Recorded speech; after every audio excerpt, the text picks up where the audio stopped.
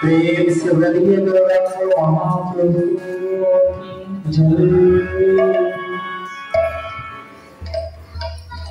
देवलोक पितृलोक पाइतरा महाशोक साधु साधु বলে যুগল ভজয় যারা প্রেমানন্দে ভাসে তারা তাদের পিছনে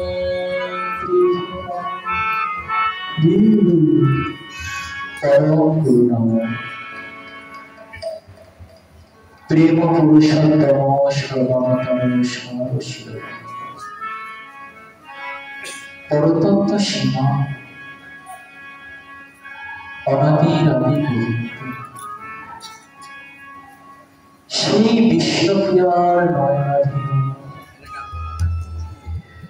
রূপ সনাতনের উপাস্য দেবতা সংকীর্তন নটুয়া নীলাচল বিহারী গৌর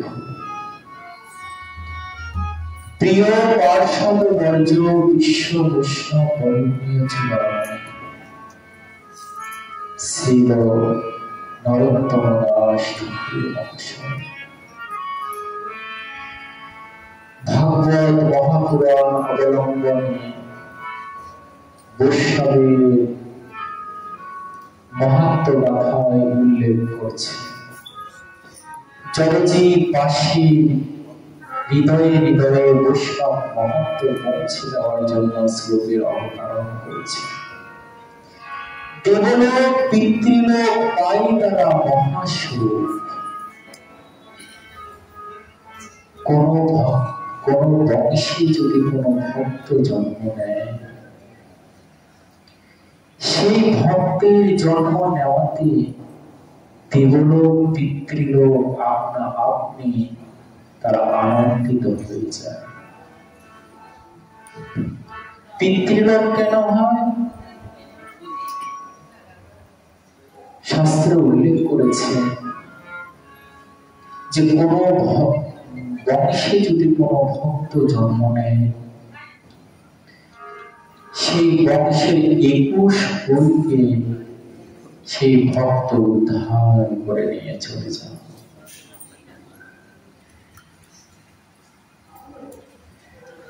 সেই 21 কুলকে উদ্ধার করে নিয়ে চলে যান তাহলে পিতৃলোক যারা তারা আনন্দিত হবে না অনেকে বলে থাকেন যে বাবা আমাদের শাস্ত্রে উল্লেখ রয়েছে যে কেউ যদি বিয়ে না করে সন্ন্যাসী হয়ে চলে যায় তার পিতৃপুরুষরা নাকি জল পায় না পিণ্ড পায় না তাই না কিন্তু আমাদের মহাজন উল্লেখ করেছেন কোন বংশে যদি একটি ভক্তির জন্ম হয়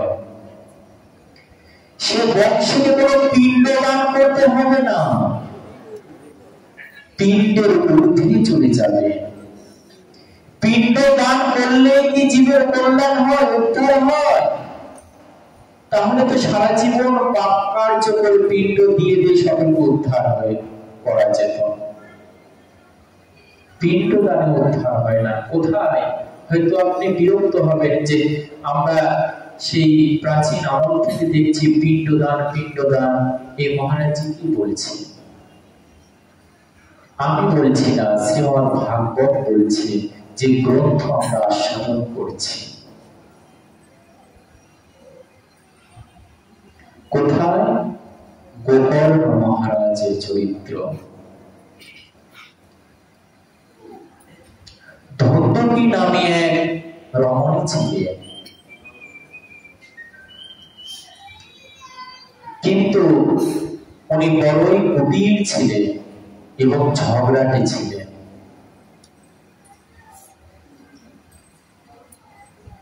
অনেকদিন সন্তান হচ্ছিল না রাজা বললেন কি সন্তান প্রাপ্তি লালসায় মুনি ঋষির দ্বারস্থ হলেন মুনি ঋষি একটি ফল দান করলেন যে এই ফল যদি তোমার স্ত্রীকে ভক্ষণ করা তাহলে তোমার স্ত্রীর গর্ভে সন্তান জাত হবে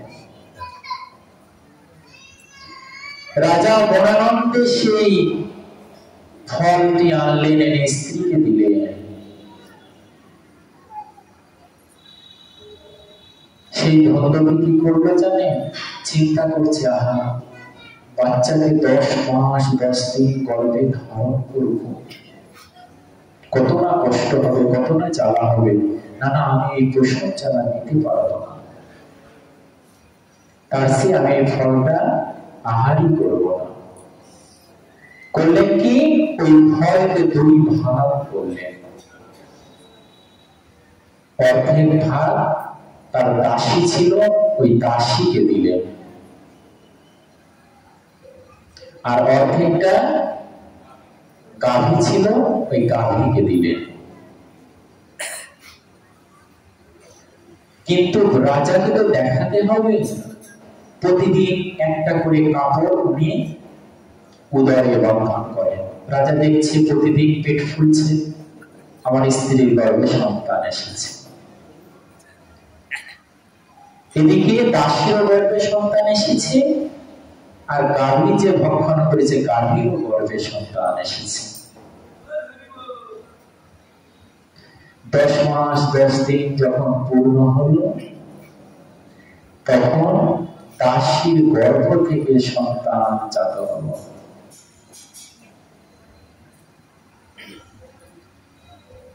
রানী করলেন কি, ওই সন্তানকে নিজের সন্তান পরিচয় দিয়ে পালন করতে লাগলেন। ধন্দুকীর গর্ভের সন্তান ধন্দুকারী নাম দেওয়া হলো। রানীর নাম ধন্দুকী, আমার সন্তান, এর নাম হচ্ছে ধন্দুকারী। ঠিক একই সময় গাভীর পেট থেকে একটি সন্তান জন্ম নিল, দেখতে মানুষেরই মতন, শুধু কানটা হচ্ছে গোমাতা। ওই জন্য নামটা রাখা হলো গোবর্ণ।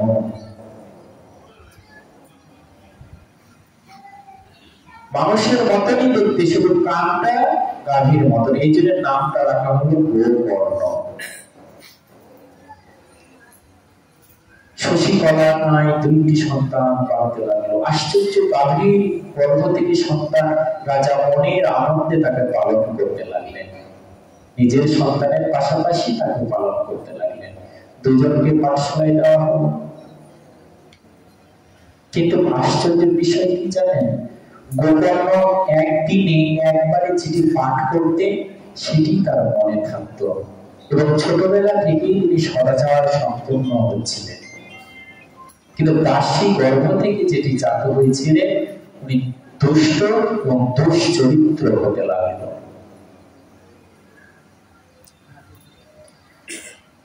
তো সাধুদের একটি স্বভাব রয়েছে, সংসারে যদি কোনো অশান্তি দেখা যায়, কৃষ্ণ ভক্তির যদি অনুকূল পরিবেশ না পায়, তাহলে সেই সন্তান, সেই সাধক, সেই গৃহে আর কোনোদিনও থাকে না।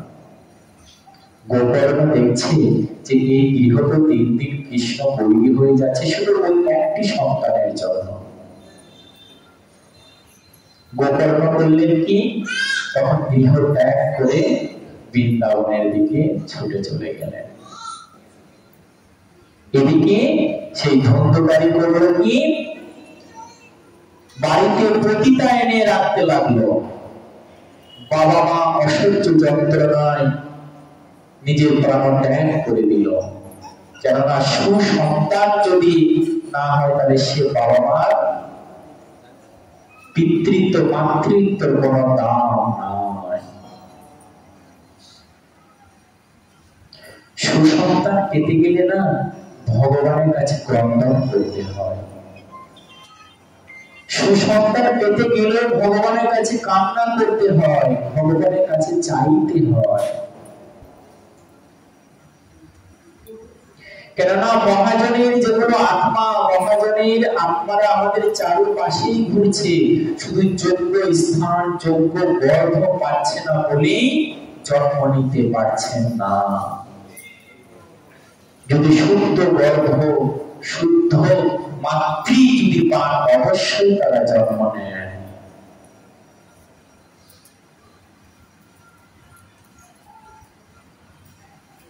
সেই সন্তানটি করলো কি, বাবা মা যখন মারা গেল, তখন বাড়িতে পতিতা এনে রাখতে লাগলো। পতিতারা এখন চিন্তা করছে যে এই ধন্দকারীর তো এই সংসারে কেউ নাই, তাহলে একে বাঁচিয়ে রেখে কি লাভ?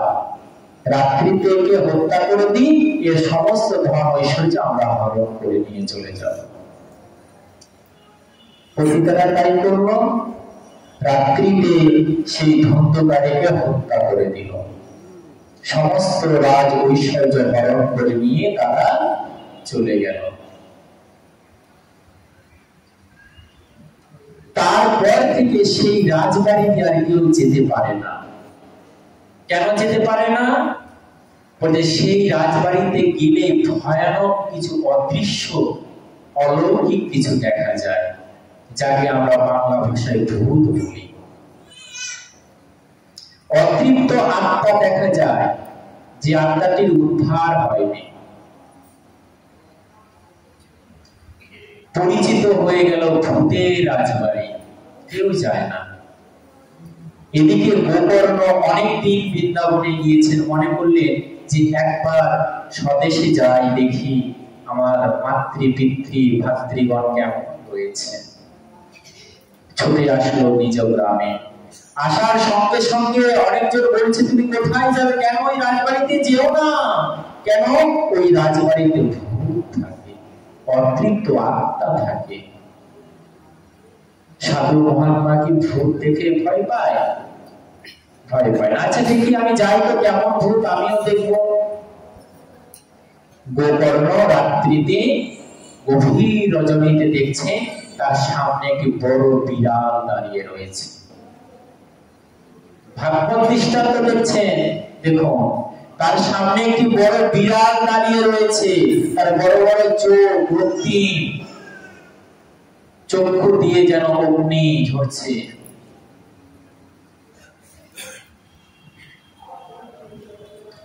অতৃপ্ত আত্মারা বেশ কয়েকটা রূপ তারা খুব সহজেই ধরে। বিড়াল, শকুন, কুকুর, এগুলো রূপ তারা খুব সহজেই ধরে।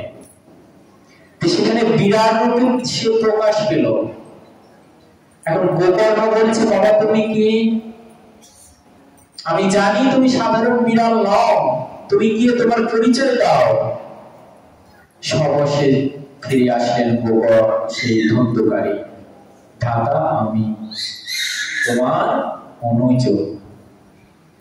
একই তোমার একই অবস্থা, তুমি এইহীন রূপ ধরে কেন রয়েছ? সমস্ত ঘটনা বললেন,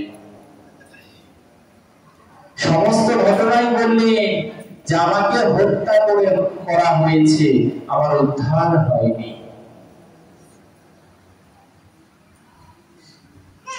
তো ঠিক আছে, তোমার নামে আমি পিণ্ডি তো দিয়েছিলাম, পিণ্ড তো দিয়েছিলাম, গয়াতে গিয়ে আমি পিণ্ড দিয়েছিলাম। উনি পূর্বেই শুনতে পেরেছিলেন যে তার ভাই মারা গিয়েছে, উনি ওনার নামে পিণ্ড দান করেছিলেন। তবুও কি তোমার উদ্ধার হয়নি? এখানেই সিদ্ধান্ত দেখো, তোমার নামে তো আমি পিণ্ড দান করেছি, তবুও তোমার উদ্ধার হয়নি। বলছে যে না, পিণ্ড দানে আমার উদ্ধার হয়নি। কেমন সিদ্ধান্ত ভাগবত দিচ্ছেন দেখো, পিণ্ড দানে উদ্ধার হয়নি। তাহলে কি করতে হবে?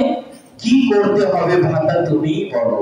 তুমি তো সাধু মহাত্মা, অনেক সঙ্গ করেছো, তুমি বলো। তখন ইনি করলেন কি, বৃন্দাবনের সমস্ত ব্রজবাসীগণ, সমস্ত মহাত্মাগণ নিয়ে উনি একটু বৈঠক করলেন যে কি করা যায়। সেখানে চলে আসলো কি, এই ভাগবত কথা। যদি সে আত্মার উদ্দেশ্যে ভাগবত কথা, ভাগবত মহাপুরাণ, এই ভাগবতীয় কথা যদি আস্বাদন করা যায়, ভাগবত সপ্তাহ যদি করা হয়, তাহলে সেই ভাগবত কথা শ্রবণ করে আত্মার উদ্ধার হয়ে যায়,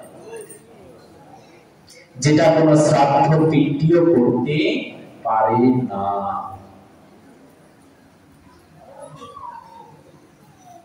তাই গোকর্ণ কি করলেন না, ভাগবত সপ্তাহের আয়োজন করলেন। সামনে একটি বাঁশের খুঁটি রাখলেন, তার 7টি গিরো ছিল। প্রতিদিন পাঠ শেষ হয়, একটা গিরো করে ফেটে যায়।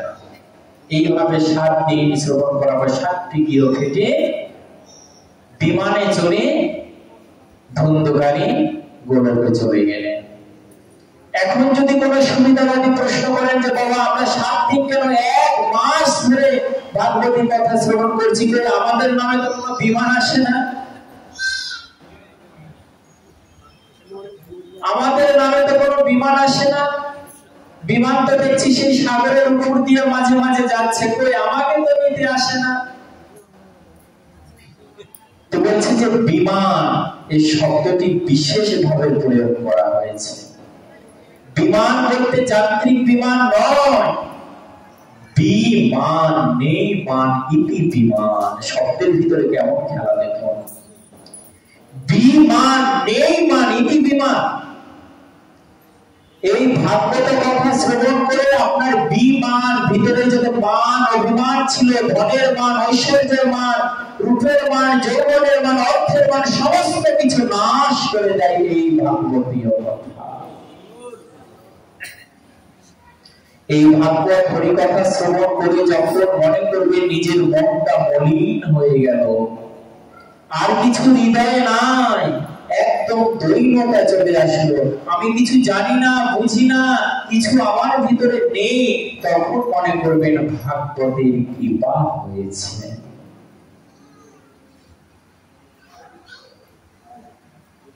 এই প্রেমটা এমন একটা জিনিস না, এই প্রেম যখন হৃদয়ে আসবে তখন হৃদয়টাকে পরিণত করে দিবে। ফল ভরে নত থাকে গণির মতন অনন্ত শিক্ষা দিচ্ছে। বৃক্ষে যদি বড় বড় ফল হয় তাহলে ফলের ভরে বৃক্ষ নত হয়ে যায়। তদ্রূপ কোন ভক্তের যদি হৃদয়ে প্রেম থাকে সেই ভক্তের মাথাটা নত হয়ে যায়, মাথা ওঠে না। আরতি, উৎকণ্ঠা, ব্যাকুলতা, হাহাকার তখন হৃদয়ে চলে আসে। बिना प्रेम से नाम मिले नंदलाला, সম্বন্ধ করিলে প্রয়োজন তত্ত্ব প্রেম। এখানে প্রয়োজন কিন্তু কৃষ্ণকে বলেন না, কৃষ্ণ আমাদের প্রয়োজন নাই। দেখুন কত বড় সিদ্ধান্ত দিচ্ছে, কৃষ্ণ আমাদের প্রয়োজন নাই। আমাদের কি প্রয়োজন? আমাদের প্রেম প্রয়োজন। প্রয়োজন তত্ত্ব প্রেম। শব্দ সাধারণ দেখবেন, প্রয়োজন তত্ত্ব প্রেম। প্রয়োজন তত্ত্ব কৃষ্ণ নয়, প্রয়োজন তত্ত্ব প্রেম। যে প্রেম হলে ভগবানকে লাভ করা যায়। প্রেম শূন্য ভগবানকে লাভ করতে পারবেন না, অথচ প্রেম যদি হৃদয়ে থাকে ভগবান আপনি আপনি চলে আসবেন। কোথায় এসেছিলেন? বিদুরের ঘরে দেখুন, দুর্যোধন রাজ অন্ন সাজিয়ে ডাকছেন, হে কৃষ্ণ তোমার জন্য রাজভোগ সাজিয়ে রেখেছি, তুমি সেবা করবে না? ভগবান বলছেন যে দেখো ভাই আমার পেট ভরা রয়েছে, আমি সেবা করতে পারবো না। কেননা দুর্যোধন তার ঐশ্বর্য প্রকাশ করে কৃষ্ণকে আহ্বান করেছে আমার রাজভোগ। কিন্তু তখন বিদুর তো ব্রহ্মচর্য পালন করছে, অতীব দৈন্য, শুকনো রুটি আর একটি শাকের দানা এগুলো আস্বাদন করে সে জীবন ধারণ করত। বিদুর নিমন্ত্রণ করে নাই। কৃষ্ণ বলছে যে বিদুর কাকা আমাকে নিমন্ত্রণ করেছে, তার গৃহে আতিথ্য গ্রহণ করব। বিদুর তো হতভাগ যে আমি তো কোনোদিন ভগবানকে নিমন্ত্রণ করি নাই। হে ভগবান, তুমি এত প্রেমী, এত ভক্ত বৎসল্য, নিমন্ত্রণ বিনয় তুমি বলছো নিমন্ত্রণ করেছি।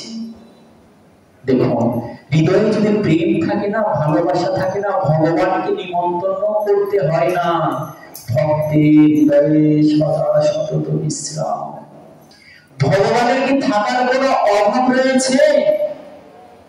ভগবানের থাকার কোনো অভাব নাই, তবুও কি ভক্তের হৃদয়ে সতত বিশ্রাম। কেন? এই ভক্তের হৃদয়ে প্রেম রয়েছে, ভালোবাসা রয়েছে। প্রেমে ধোঁকায় আমার গোবিন্দ। এই প্রেম কিন্তু দেবতাদের মধ্যেও নাই, একমাত্র এই মানুষের মধ্যে এটি দিয়ে দিয়েছে। প্রয়োজনে ভগবানকে পেতে হলে, ভগবানের ভজন করতে গেলে এই মানব দেহ ধারণ করতে হবে। দেবতারাও প্রার্থনা করেন যে ঠাকুর আমাদের মানব জনিত জন্ম দাও, যাতে এই মানব জনিত জন্ম নিয়ে তোমার ভজন সাধন করতে পারি। কেন? তোমরা তো দেবলোক থেকে ভজন সাধন করতে পারো না? বলছে যে না, দেব দেহে কোনোদিন কৃষ্ণ ভজন হয় না, মনুষ্য দেহে কৃষ্ণ ভজন সম্ভব। এই জন্য কলিযুগে সমস্ত দেবতাগণ মানব রূপ ধরে ধরে এসেছেন। ব্রহ্মা সে কি হরিদাস হয়ে এসেছেন। সমস্ত দেবতাগণ নিজ নিজ ভক্ত রূপ ধারণ করে এসেছেন। তাই অতি ভাগ্যের ফলে, শত শত কোটি সংকৃতির ফলে আমরা মানব দেহ প্রাপ্ত হয়েছি। এই মানব দেহ প্রাপ্ত হয়ে যদি গৌর গোবিন্দের ভজন না করি, যদি হরিকথা কৃষ্ণ কথায় সময় ব্যয় না করি, তাহলে এই মানব দেহ ধারণ করাই বৃথা। ধিক্কার দিচ্ছে কোথায়? সেই মন্ডে কি বা কাজ? সেই মন্ডে কি কাজ রয়েছে? সেই মাথায় কি কাজ রয়েছে যে মাথায় গুরু বৈষ্ণবের চরণে প্রণতি করে না? সেই নয়নে কি দরকার যে নয়ন সেই কৃষ্ণ বদন দর্শন করে না? ভাগবতে বলছেন সেই সত্যভামা যে জগতের নারীরা না একদম বোকা, পাগলিনী। কেন? যে নারীরা অন্য পুরুষের দিকে দেখে লালায়িত হয়, মোহিত হয়। কিন্তু এই নারীরা যদি একবার আমার গোবিন্দের বদন দর্শন করত, আমাদের গোবিন্দের বদন যদি কোনো নারী দর্শন করত, তাহলে সে কি আর চোখ ফিরাতে পারত? কিন্তু ওই নারী গোবিন্দের বদন দর্শন করে না, মাইক জগতের বদন দর্শন করে। সনাতন গোস্বামী বলছে যে কারো যদি সংসার করার ইচ্ছা থাকে, সংসার বাসনার যদি ইচ্ছা থাকে, তাহলে গিরি গোবর্ধনের গোপালকে তোমরা দর্শন করো না। কেননা তার যে এত রূপ, ও আপনাকে সংসার করতে দিবে না, সংসার করতে দিবে না।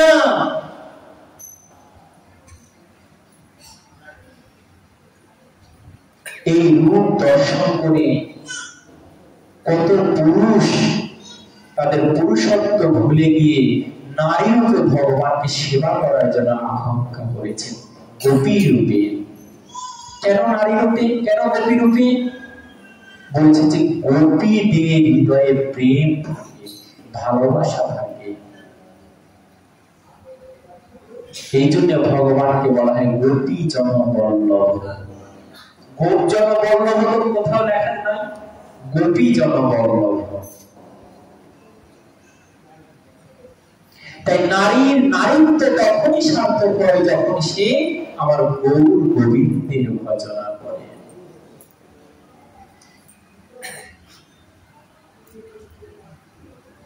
এখন যারা পুরুষ রয়েছেন, বাবারা রয়েছেন, তারা চিন্তা করছেন আমাদের কি কর্তব্য।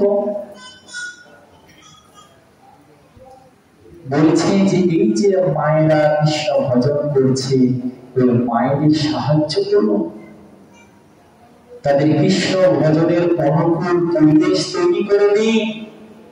দেখবেন যখন আপনার গৃহ কৃষ্ণ ভজন হবে, কৃষ্ণের সংসার হবে, তখন সেখানে কত সুখ, কত শান্তি,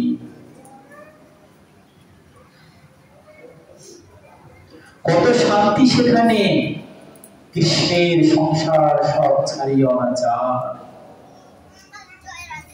চৈতন্য ভাগবতে উল্লেখ করেছে বৈষ্ণব দেখে যে বা নানয় মন্ড, সেই মন্ড পরে গিয়া নরকের কুণ্ড। আমরা গতকালে শ্রবণ করেছি গুরুদেবের মাহাত্ম্য। আজ শ্রবণ করেছি বৈষ্ণবের মাহাত্ম্য। চৈতন্য ভাগবত কি বললে, যে বৈষ্ণব দেখে যেবা না নয় মন্দ, সেই মন্দ পরে গিয়া নরকের কুণ্ড। বৈষ্ণব থেকে প্রগতি হতে হয় কেমন করে? মাথা নত করে। এই মাথাটা যারা নত করতে পারলেন না, পারছেন না, বলছেন সেই মাথাটা মন্ডটা নরকের কুণ্ড গিয়ে করবে। কত বড় ধিক্কার দিয়েছেন।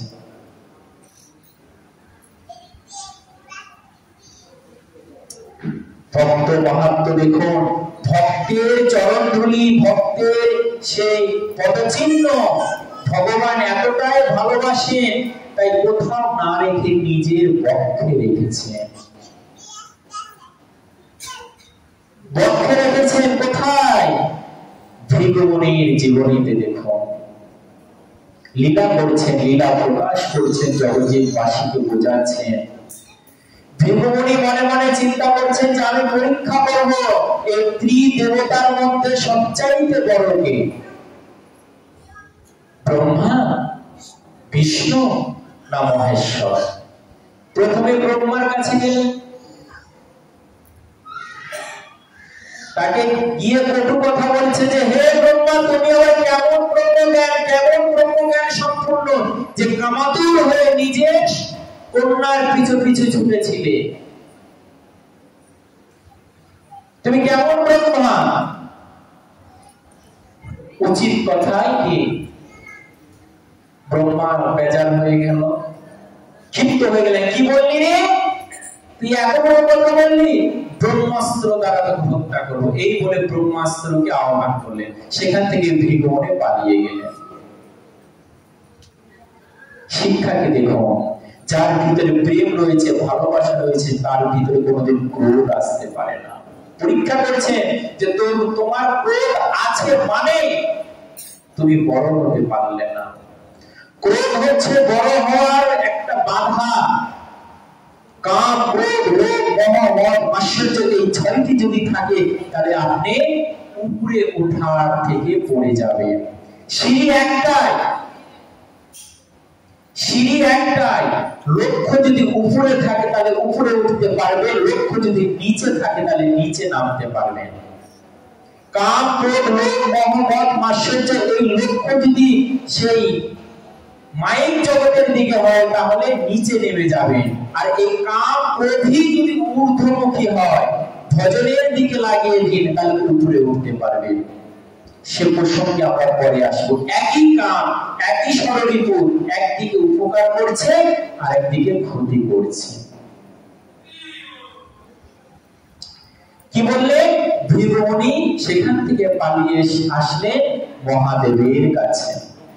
মহাদেবকে এসে বলছে যে হ্যাঁ গো মহাদেব, তুমি না দেবতার দেবতা, মহাদেব কি সব করে থাকো? বাঘের ছাল, সারা গায়ে সর্প, ছাই ভস্য মাখা, ভজন নাই, সাধন নাই, অস্পৃশ্য অপবিত্র হয়ে সবসময় থাকো, তাই লাগে না?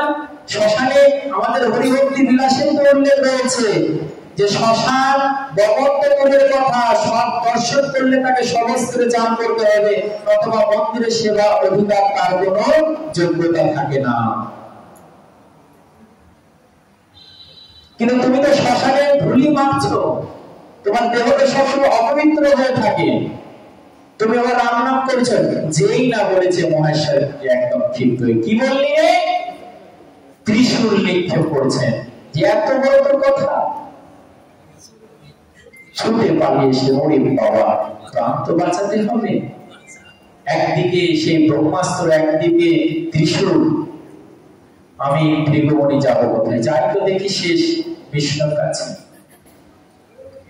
এদিকে বিষ্ণুকে এসে দেখছে যে উনি সেই ক্ষীরোদশায়ী সাগরে অনন্ত নাগের উপরে শয়নে রয়েছে।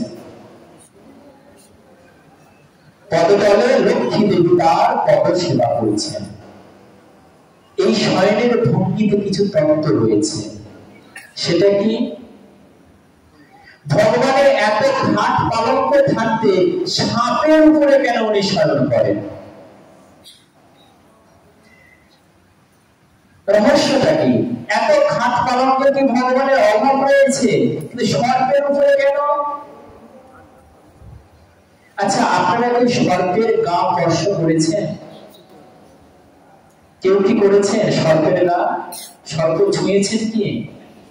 কেমন অনুভব হয়? শীতল, ঠান্ডা, নরম, তাই না? তো বলছে যে এই ভগবানকে শীতলতা দেওয়ার জন্য, ভগবানকে নরম শীতলতা দেওয়ার জন্য অনন্তনাগ সেবা করেছে, শীতলতা দেওয়ার জন্য। আর গতকালে লক্ষ্মী দেবী চরণ সেবা করেছে। ভৃগুমুনি এসে বললেন কি, হ্যাঁ এদিকে জগৎ চলছে আর তুমি শুয়ে শুয়ে পদসেবা গ্রহণ করছ? এসেই বক্ষে পদাঘাত করলে।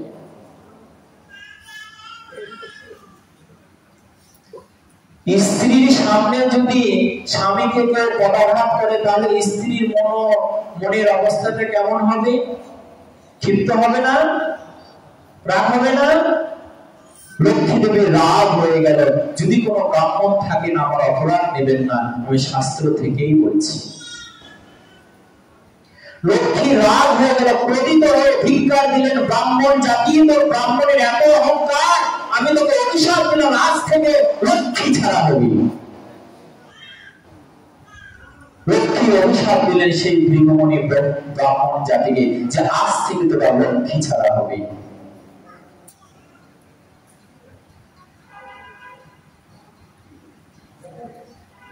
কিন্তু ভগবান কি করলেন? ভগবান বলেছে যে লক্ষ্মী তুমি কি করছো? তুমি আমার ভক্তকে কেন অভিশাপ দিচ্ছ? আহা, আমার ভক্ত, আমার তো কর্কশ হৃদয়, কঠিন পাষাণ হৃদয়, জানি না আমার ভৃগুমুনির চরণে কত আঘাত পেয়েছে। একবার সেই স্থানটি কল্পনা করো। ভগবান সেই ভৃগুমুনির চরণ ধরে বলছেন, হে ভৃগুমুনি, তোমার চরণে কি কোনো আঘাত পেয়েছে? তোমার কোমল চরণে কি কোনো আঘাত পেয়েছে? এই বলে চরণটি ধরে এসে স্পর্শ করছে। আহা, তবে ভৃগুমুনি, আজ যে তুমি আমার বক্ষে এই চরণ চিহ্ন রাখলে, এ প্রলয় পর্যন্ত এই চরণ চিহ্ন আমার বক্ষে থাকবে।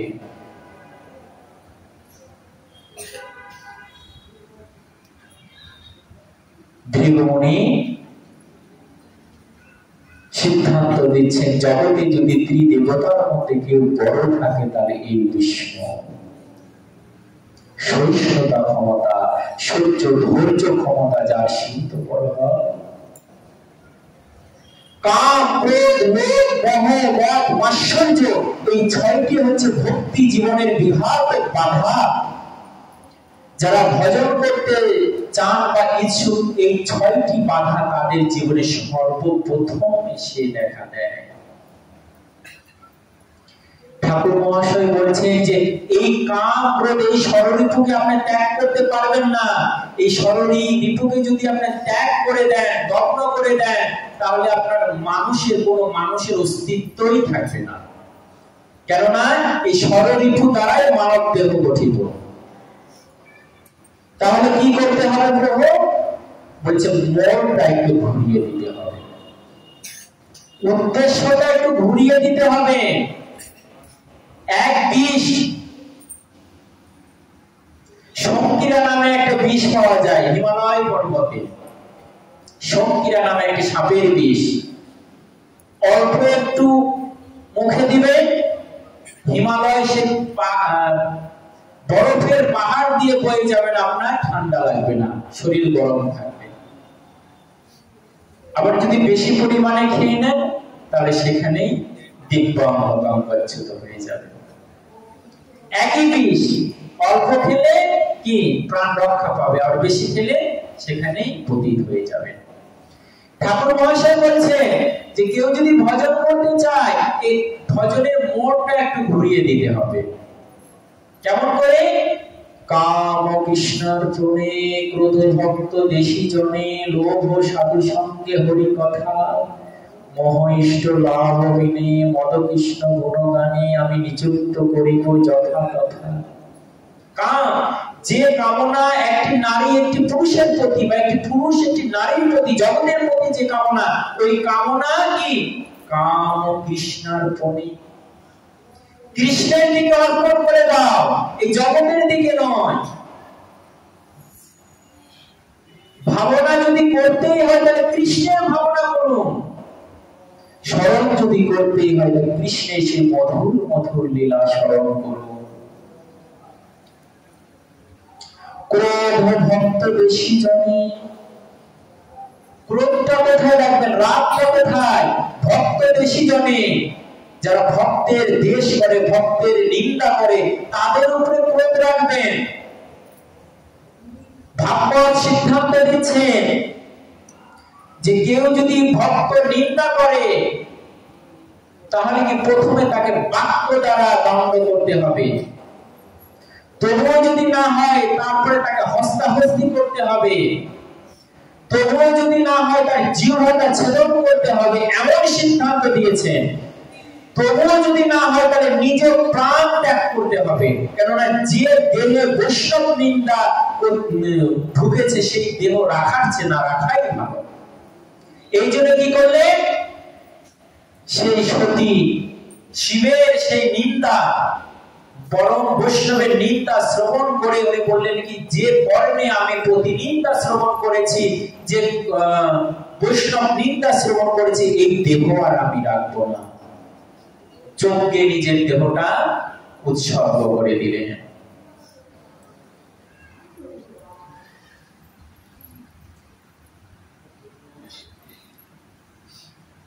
নন্দী অভিশাপ দিলেন যে দক্ষ রাজা, তোমার এত অহংকার, তুমি মহাদেবের নিন্দা করেছ।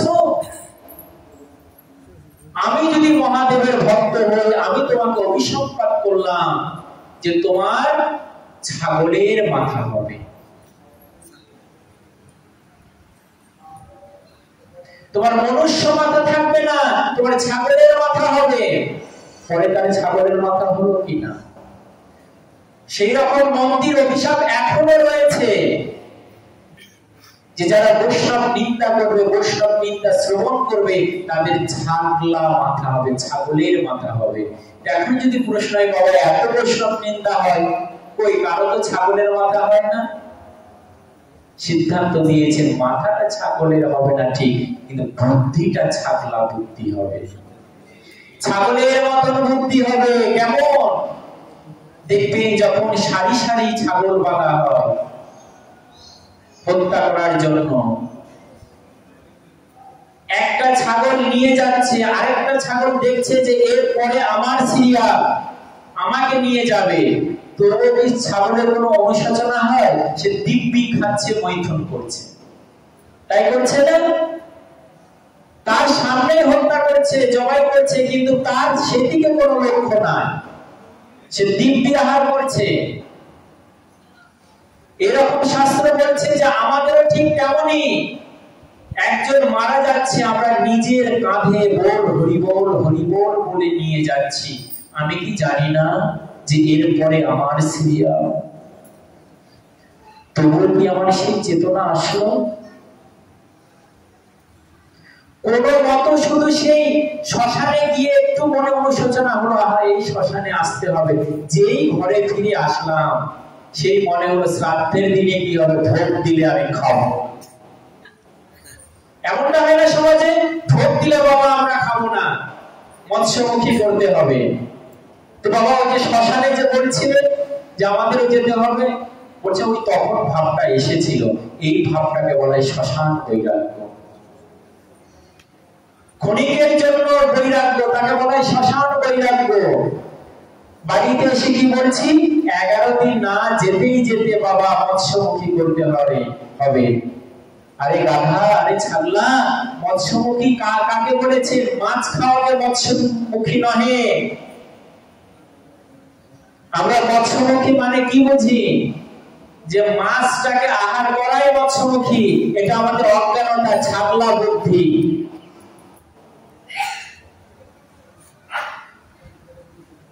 ভগবানের প্রসাদ দিবেন, ভোগ দিবেন, একসরা সেই জলাশয়ে প্রদান করবেন। ওই জলাশয়ে যে ভগবান মৎস্য রূপ ধারণ করেছিলেন, মৎস্য অবতার, সেই মৎস্য অবতার রূপী ভগবান যখন ওই ভোগটা আস্বাদন করবে, সেই কৃপা সেই আত্মার হয়ে যাবে। জয় জয় মৎস্য অবতার ভগবান।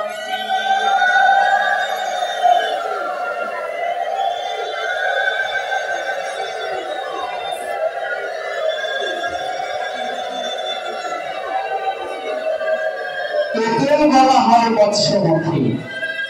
আর সমাজ তার বিরুদ্ধে আচরণ করেছে, মানে কি? ছাগলা বুদ্ধি। কাম কৃষ্ণার প্রণে ক্রোধ ভক্ত দেশী জনে। ক্রোধ রাখতে হবে, কিন্তু আমাদের গৌড়ীয় সিদ্ধান্ত নতুন একটি বার্তা পৌঁছায় দিলেন। সেটা কি? বাক্যদণ্ড এটা বৈষ্ণবরা করতে পারবে না, কেননা বৈষ্ণবের ভূষণই হচ্ছে দৈনতা, কারোর সঙ্গে তর্ক করা নয়, ঝগড়া করা নয়। তাহলে ভাগবতের সেই সিদ্ধান্ত বৈষ্ণবের কাছে থাকছে না। হস্তাহস্তি, মারামারি করা, বৈষ্ণবের মারধর করা নিষিদ্ধ, করা যাবে না। তারপরে কি? জিহ্বা ছেদন করা, বৈষ্ণব ধর্মে কোনো রক্তপাত করা যাবে না। নিজে আত্মহত্যা করা, বৈষ্ণব ধর্মে আত্মহত্যা মহাপাপ। তাহলে প্রভু সব যখন বাতিল করে দিলেন, তাহলে আমরা কি করব? কি করবে? আমার গৌরাঙ্গ মহাপ্রভু শিক্ষা দিচ্ছেন, যেখানে বৈষ্ণব নিন্দা হয় সেখানে কর্মে দুটি হস্ত দ্বারা সেই স্থান ত্যাগ করবে, ভগবানকে স্মরণ করবে। তাই করেছিলেন না? করেছিলেন না? মারিনি কলসির কানা সহিতে পারি, কিন্তু তোদের দুর্গতি সহিতে পারি। কত নিন্দা করেছেন জগায় বাধায়, লম্পট দুশ্চরিত্র গৌর শ্রীবাস অঙ্গনে বন্ধ করে নারীদের নিয়ে কীর্তি করে, দরজা কপাট বন্ধ করে হরিনাম করে করুন, তাতে বাধা নাই, কিন্তু দরজা কেন বন্ধ করে? না জানি ঘরের ভিতরে কি না কি করে। কত নিন্দা, কত প্রবঞ্চনা দিয়েছেন, কিন্তু বৈষ্ণবরা কি তার সঙ্গে মারপিট করেছেন? করেননি। কি করেছেন?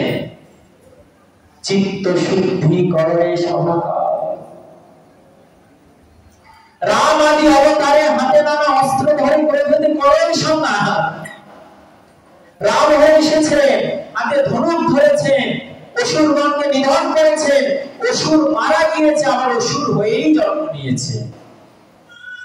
নারায়ণ হয়ে এসেছেন, চক্র ধরেছেন, অসুর নিধন করেছেন, অসুর মারা গিয়েছে, আবার মৃত অসুর হয়েই জন্ম নিয়েছে।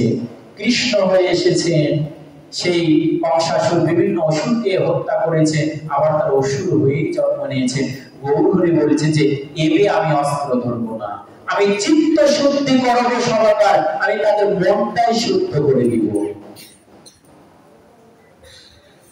এটা সবচেয়ে বড় কাজ, মন শুদ্ধি করা।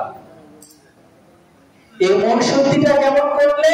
বলে দর্শনে পবিত্র করো এ তোমার মন। সাধুগুরু বৈষ্ণবের ভিতরে তিনি কৃপা শক্তি সঞ্চারিত করে দিলেন, যে সাধুগুরু বৈষ্ণবের দর্শন করলে, তাদের সঙ্গ করলে মন ধীরে ধীরে কলুষিত নাশ হয়ে যায়।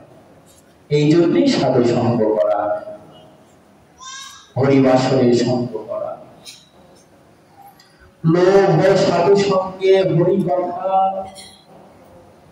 আমাদের লোভটা কতটি জানি না? ধনের উপরে, ঐশ্বর্যের উপরে, মান প্রতিষ্ঠা সব ত্যাগ করা যায়, কিন্তু প্রতিষ্ঠা আকাঙ্ক্ষা ত্যাগ করা যায় না।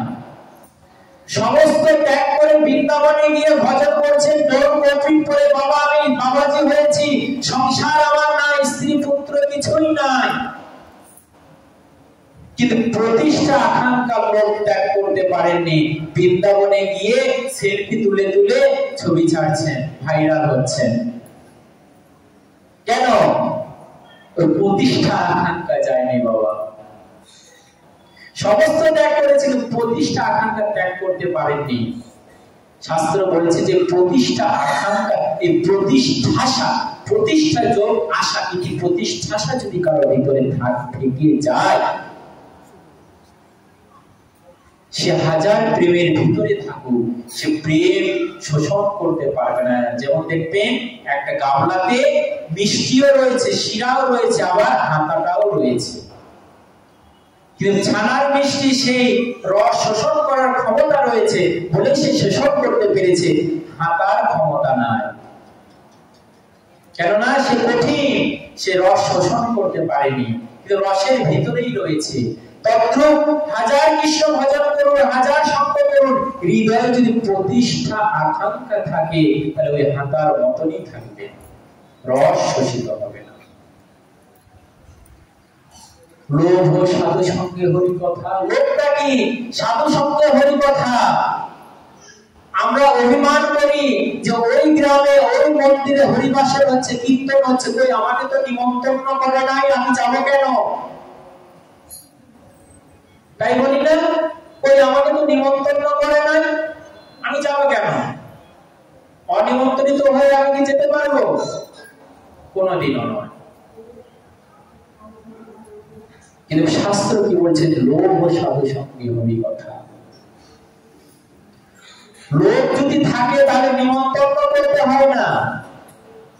দেখুন, ভাগাড়ে যদি কোনো পশু মারা যায়, তাহলে মাছিদের কি নিমন্ত্রণ করতে হয়? শকুন কাকদের কি নিমন্ত্রণ করতে হয় যে বাবা এসো গ্রহণ করো? তারা কি গন্ধে গন্ধে চলে আসে। তদ্রূপ যারা ভক্ত, তাদের নিমন্ত্রণ করতে হয় না, তারা হরি কথা তাদের কর্ণে যা মাত্রই সেই দেহ আর ঘরে থাকতে পারবে না, দৌড়ে ছুটে চলে আসবে। কাহা করো কাহা যায়, কাহাকে গোবিন্দ বা গোবিন্দ কথাকে এতটাই মিষ্ট মনে হবে যেন শুনলেই দিব্য, গভীরে থাকতেই পারবে না। মোহ ইষ্ট লাভ বিনে মদ কৃষ্ণ গুণগানে আমি নিযুক্ত করিব যথা তথা। ষড়ঋপুর মধ্যে 5টি ঋপুর কথা বলেছেন, কিন্তু একটি ঋপু বাদ দিয়েছেন, সেটা কি? মাৎসর্য। ঠাকুর মহাশয় বলছেন এটি এমন এক ঋতু, এই ঋতুকে কোনো কাজে আমি লাগাতে পারলাম না। নির্মৎসর না হলে ভক্তি জগতে আসাই সম্ভব নয়। অন্যান্য ঋতু যদি থেকে যায়, দিক পরিবর্তন করে নিন, তাহলে সে পদচ্যুত হবেন না, থাকবেন। কিন্তু কারো ভিতরে যদি ঐশ্বর্য যদি থেকে যায়, তাহলে ভক্তি মন্দিরে প্রবেশই করতে পারবেন না। কেননা ভক্তি মন্দিরের দ্বারেই বড় করে লেখা আছে নির্মৎসরণাং সত্যম। নির্মৎসর না হলে এই ভক্তি জীবনে আসা সম্ভব নয়। মাৎসর্য কি? অন্যের ঐশ্বর্য থেকে হিংসা করা। জন্য ভজন করছে, অন্যের এটা করছে ওটা করছে, হিংসা হয়ে গেল। এই হিংসা যদি হৃদয়ে থাকে, তাহলে ভক্তি ভজন তার অধিকারই নাই। কিন্তু বৈষ্ণব চরণে রেণু ভূষণ করিয়া তনু, যাহা হইতে অনুভব কঠিন হৃদয়, অপরাধী হৃদয়ও মলিন হয়ে যায়, নির্মল হয়ে যায়। কখন? যখন বৈষ্ণবের চরণ ধরে সে সিদ্ধ হয়। ভগবান বলছেন আমি কেন, আমার পরিবার যদি বৈষ্ণবের চরণ ধুলি না নেয়, আমি তাদেরও কৃপা করি না। প্রমাণ কোথায়? গৌরাঙ্গ মহাপ্রভু দিয়েছেন সেই শ্রীবাস অঙ্গনে। অষ্টপ্রহর ব্যাপী তিনি ঐশ্বর্য প্রকাশ করলেন। শত শত চন্দ্র যেন তাহার দেহে উদ্ভাসিত হলো, শত শত সেই সূর্য যেন তাহার তেজ নির্গত করেছে। শ্রীবাস অঙ্গনে অষ্টপ্রহর ব্যাপী উনি সমাসে ছিলেন। উনি আর গৌর নয়, উনি স্বয়ং ভগবান। শ্রীবাস ঠাকুর ভক্তগণ সহস্র সহস্র ঘট গঙ্গা জল ঘট এনে তার মস্তকে ঢালছেন, স্বীকার করছেন। সেই জল কণিকা মৃত্তিকা বেয়ে পড়ে যাচ্ছে, সেখান থেকে মনে হয় কোটি কোটি সেই সূর্য রশ্মি নির্গত হচ্ছে, এতটাই তেজ। মহাভাব প্রকাশ করেছেন, সকল ভক্তকে ডাকছেন, হে ভক্ত তোমাদের কি চাই? আজ আমি কল্পতরু হয়েছি, তোমাদের কি চাই? কল্পতরু। ওমা বলুন তো এই জগতে কল্পতরু কয়টা? বাবা বলুন তো এই জগতে কল্পতরু কয়টা? এই জগতে দুইটি কল্পতরু। প্রথমটাকে আমরা গুরু বন্দনায় বলি, জয় জয় শ্রী গুরু প্রেম ও কল্পতরু, তাই বলি না? গুরুদেব হচ্ছেন কল্পতরু। গুরুদেবের কাছে যা চাইবে উনি তাই দিবেন। আরেকটা কল্পতরুকে বাঞ্ছা কল্পতরু, বৈষ্ণবের প্রণাম করতে আমরা বাঞ্ছা কল্পতরু, বৈষ্ণব একটা কল্পতরু। গুরু আর বৈষ্ণব এই দুইজন হচ্ছেন কল্পতরু। এই দুই জনার কাছে যা চাইবে তাই পাবেন, কিন্তু চাওয়াটা যেন চাওয়ার মতো না হয়। ভুল চাইলেই জীবন শেষ হয়ে যাবে, সঠিক চাইলে গুরু বৈষ্ণবের কাছে কি চাইবে? মানে কৃষ্ণ ভক্তি যেন প্রাপ্ত হতে পারে, অন্য কিছু নয়। ধন ঐশ্বর্য বিষয় বাসনা এগুলো নয়, কৃষ্ণ ভক্তি যেন হয়। ছোট্ট একটি দৃষ্টান্ত দিয়েছে ভক্তি ক্রম বিকাশ অন্তরায় মধ্যে। গ্রীষ্মকালে প্রখর রবিরতা, এক পথিক বন জঙ্গল দিয়ে ছুটে আসছে। দুপুর বেলা অনেক গরম, তো গ্রীষ্মকাল, এত গরম একটু বৃক্ষের ছায়ায় বসলে শরীরটা একটু স্নাত হয়, একটু ঠান্ডা হয়, তাই না? শীতল হয়। তো উনি করলেন কি, একটা বৃক্ষের তলায় উনি বসেছেন। তো বসে এখন চিন্তা করছেন, যাহা তৃষ্ণায় বুকটা ফেটে গেল গো, যদি এক গ্লাস ঠান্ডা শরবত পেতাম তাহলে প্রাণটা একটু শীতল করতে পারতাম। সঙ্গে সঙ্গে দেখছেন একটা সোনার বাটিতে করে, সোনার গিলাসে করে এক গিলাস শরবত চলে আসলো। উনি কাল বিলম্ব না করে সেই শরবতটি পান করলেন। শরবতটা পান করার পর উনি চিন্তা করেছেন, যাহা শরবত তো পান করলাম, যদি এখন কিছু আহার পাওয়া যায়, একটু বারভোজন পাওয়া যায় তাহলে বেশ ভালো হতো। চিন্তা করা মাত্রই দেখছেন একদম বারভোজন তার সামনে চলে আসলো। উদরপূর্তি ভাবে ভোজন করলেন। তো বাঙালির একটা স্বভাব রয়েছে কি, খাইতে পেলে শুতে যায়, তাই না? এখন চিন্তা করছেন যে বাবা, যে খেতে পেলাম, এখন যদি একটু পালন হতো আমি একটু শরীরটা একটু জিরোতে পারতাম। সঙ্গে সঙ্গে দেখছেন সোনার পালঙ্ক তার সামনে চলে আসলো। সোনার পালঙ্কে শুয়ে পড়লেন। দেখুন ধীরে ধীরে তার বিষয় কেমন বাড়ছে। এখন চিন্তা করছে যে সোনার পালঙ্ক যখন পেয়েছি, ইস যদি দুটি দাসী হতো, আমার পাদ সেবা করতো, তাহলে তো আমার জীবন ধন্য হয়ে যেত। দেখছেন সঙ্গে সঙ্গে স্বর্গ থেকে দুইটি অপ্সরা চলে আসলো, এসে তার পাদ সেবা করছে। তো এতক্ষণ সে ভালোই চেয়েছে, কিন্তু এখন চাওয়াটা দেখুন।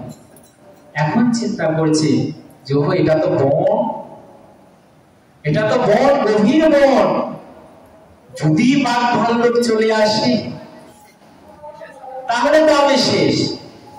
বলা মাত্রই দুটি বাঘ এসে তাকে খেয়ে নিল। বলছেন যে ওই পথিক যে বৃক্ষের নিচে ছিল না, ওই বৃক্ষটা ছিল কল্পতরু। কল্পতরুর বৃক্ষে যা চাইবেন তাই পাবেন। এতক্ষণ ভালোই চেয়েছিলেন, কেন বাবু তুমি সেই হিংস্র পশুকে স্মরণ করতে গেলে? ভজনের কথাটাই, গুরুদেবের কাছে চাওয়ার মতো চাইবেন, এমন কিছু চাইবেন না যাতে আপনার জীবনটা নাশ হয়ে যায়। জয় জয় নিতাই গৌর সীতানাথ।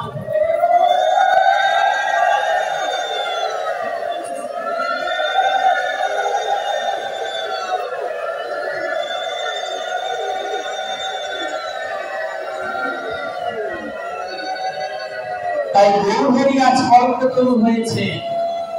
ওগো তোমাদের কি চাই? একে একে ভক্তগণ আসলেন। শ্রীবাস বলছেন যে প্রভু আমি কিছু চাই না, আমার একটি প্রার্থনা যে এমনই ভাবে যেন সারা জীবন তুমি আঙ্গিনায় নৃত্য করো। এটা কি কম ভাগ্যের কথা? শ্রীবাস, শ্রীবাস শব্দের অর্থ কি? শ্রী যোগ বাস কি শ্রীবাস। শ্রী শব্দের অর্থ সুন্দর, বাস শব্দের অর্থ বাসস্থান। যার সুন্দর বাসা রয়েছে সেই বাসাতেই তো গৌরহরি নৃত্য করে। তাই শ্রীবাস, তুমি শ্রীবাস, যে তোমার গৃহে শ্রীবাস অঙ্গনে আজও গৌরহরি নৃত্য করে। শ্রীবাস অঙ্গনে আজও গৌরহরি নৃত্য করে। আমরা যখন ভোগ আরতি কীর্তন করি তখন কি শ্রীবাস অঙ্গনে, শ্রীবাস অঙ্গনে অদ্বৈত ভবনে সচি রানীর গৃহে সেই চারটায় প্রভুর সতত বিশ্রাম। সেই শ্রীবাস চেয়ে নিয়েছিলেন যে প্রভু আমার গৃহে যেন তুমি সতত এইভাবে নিত্য কীর্তন করতে থাকো। এতটাই আসক্ত, শ্রীবাসের নিজের সন্তান মারা গিয়েছে, স্ত্রীর মুখে কাপড় দিয়ে দিয়েছিলেন যে তুমি কেঁদো না মালানি, তুমি কেঁদো না, তুমি কাঁদলে যদি আমার গৌরহরি নিত্য ভঙ্গ হয়ে যায়। সন্তান, এই সন্তান মরুক তাতে আমার দুঃখ নাই। দেখুন কত বড় কথা, সন্তান মরে যাক আমার দুঃখ নাই, আমার গৌরহরি যেন না যায়।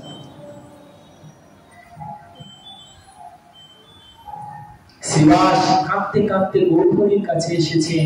নয়নের বাড়ি বর্ষণ হচ্ছে, গৌরহরি তো অন্তর্যামী বুঝে নিয়েছে। শ্রীবাস তুমি কাঁদছো কেন? প্রভু আমি কাঁদছি তোমার নিত্য দর্শন করে।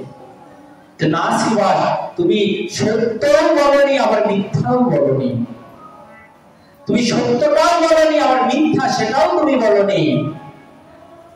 বুঝতে বাকি রইল না শ্রীবাসের সন্তান চলে গিয়েছে।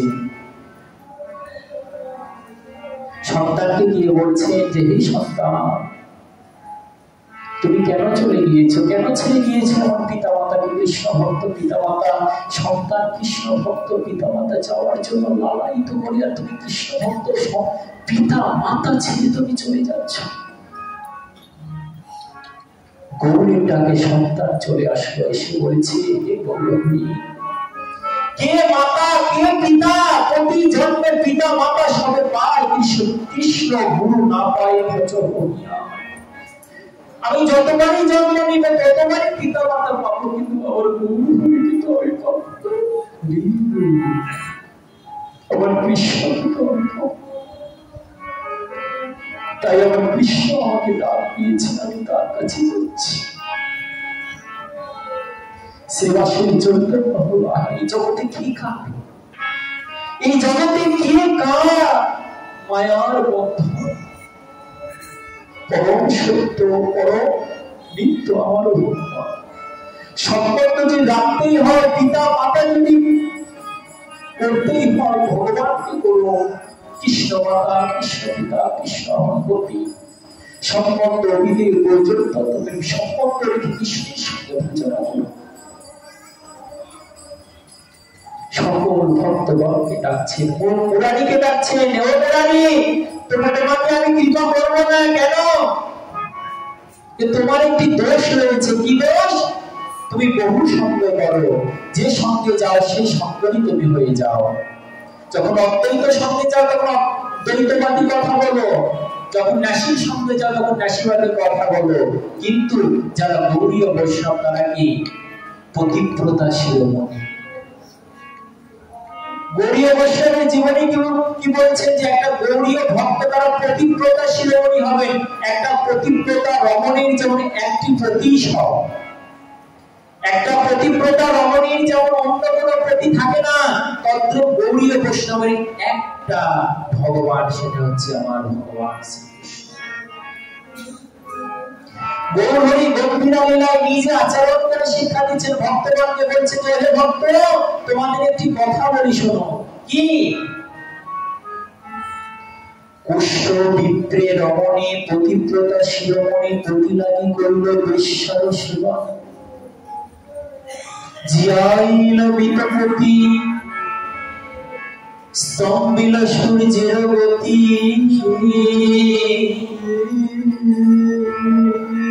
তুষ্ট করল মুখ্যতি নদেবা দিল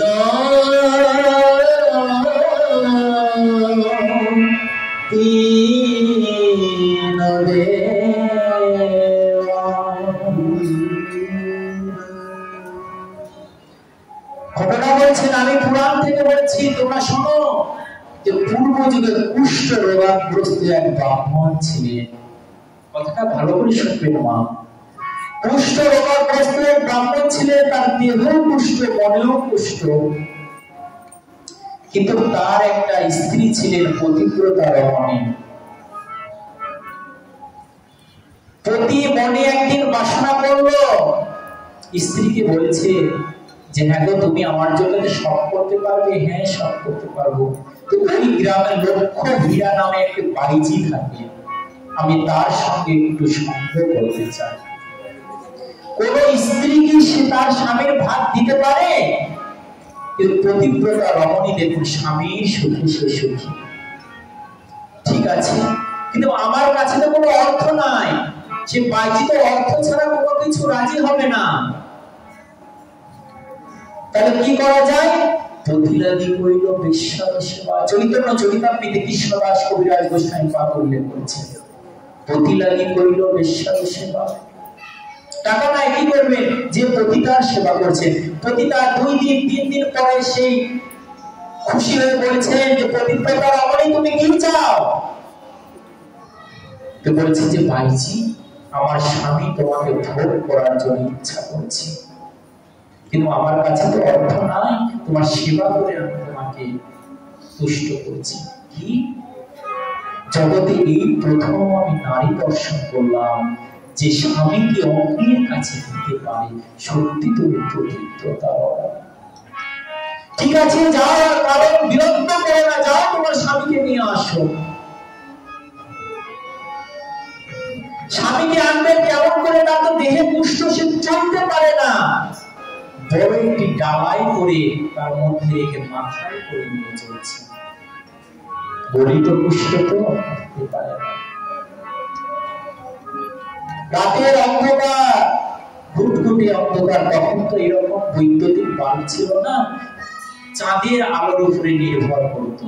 তাই যেখানে গাছ রয়েছে, বৃক্ষ রয়েছে, তার নিচে তো আর চাঁদের আলো আসতে পারে না, ধারণ করতে পারেনি। এদিকে মান্ডব্য মণিকে শুলে চড়ানো হয়েছিল। মান্ডব্য মণিকে শুলে চড়ানো হয়েছিল, তখন সোজা উনি জমলোকে গিয়েছে। আমাকে কেন শুলে চড়ানো হলো? আমার তো 100 জীবনের কথা মনে রয়েছে। 100 জীবনে তো আমি কোনো পাপ করিনি, যার অপরাধের জন্য আমাকে শুলে চড়ানো হয়েছে।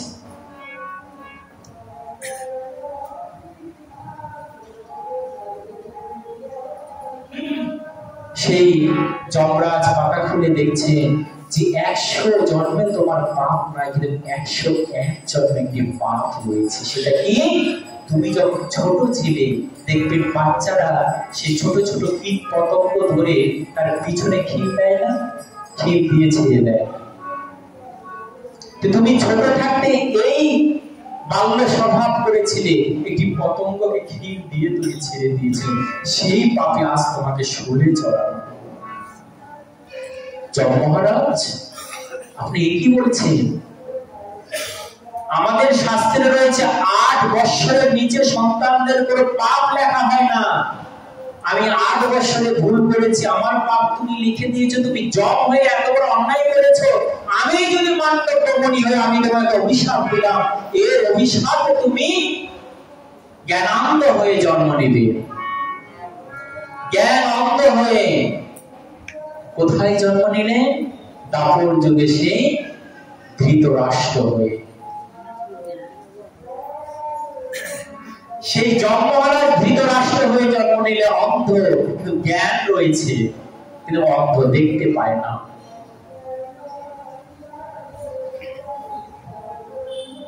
তেদিকে ভৃগুমুনি গাছের উপরে চড়ে ভজন করছে, আর শুলটা ঝুলে আছে। পতিব্রতা রমণী সেটি ঠাউর করতে পারেন নাই, লেগে গেছে অসহ্য যন্ত্রণা। কে হতে ভাবা এত বড় কষ্ট দিলি, সূর্যোদয়ের সঙ্গে সঙ্গে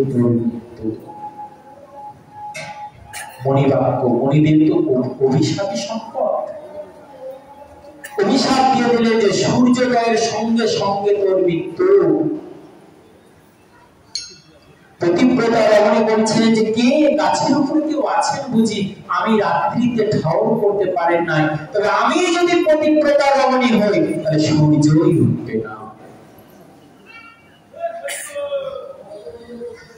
সূর্যদেব দোটানায় পড়ে গেলেন। যদি পতিব্রতা রমণীর কথা মানি তাহলে মণিবাক্য অমান্য করা হবে, আর মণিবাক্য যদি অমান্য করা হয় তাহলে সমস্ত গ্রন্থই মিথ্যা হয়ে যাবে, কেননা সমস্ত গ্রন্থই তো মণিবাক্য। আর যদি মণিবাক্যকে রক্ষা করি, পতিব্রতা রানীকে যদি অমান্য করে, তাহলে জগতে কোনো পতিব্রতা রমণী থাকবে না, নারীদের সতীত্ব থাকবে না। তার চেয়ে কি করি, আমি উঠবই না, চুপচাপ থাকবো। সূর্যদেব আর উঠছেন না, পৃথিবী আলোকিত হচ্ছে না, সমস্ত দেবতাগণ অনুসন্ধান করে জানলে যে এই ঘটনা হয়েছে। তখন তাদের ভিতরে একটি বৈঠক বসলো। আমাদের কোনো ঝামেলা হলে বৈঠক করি না, দেবতারা তারা নিজে নিজে বৈঠক করলেন, কি করা যায়। বলছে মণিবাক্য, তাকে তো কিছু বলা যাবে না, চলো মা, তো আমরা মাকে এই বলি যে মা, আমরা ত্রিদেবতা তোমাদের কাছে এসেছি, তোমার কাছে এসেছি, সূর্য উদয় হোক, তোমার প্রতি মারা যাক, আমরা আবার তোমার স্বামীকে বাঁচিয়ে দেব। পতিব্রতা রমণী বলছে না, পতিব্রতা রমণী আমি আমার স্বামীকে আমি মারতে দিব না, পতিব্রতা নারী আমি আমার স্বামীকে আমি মরতেই দিব না।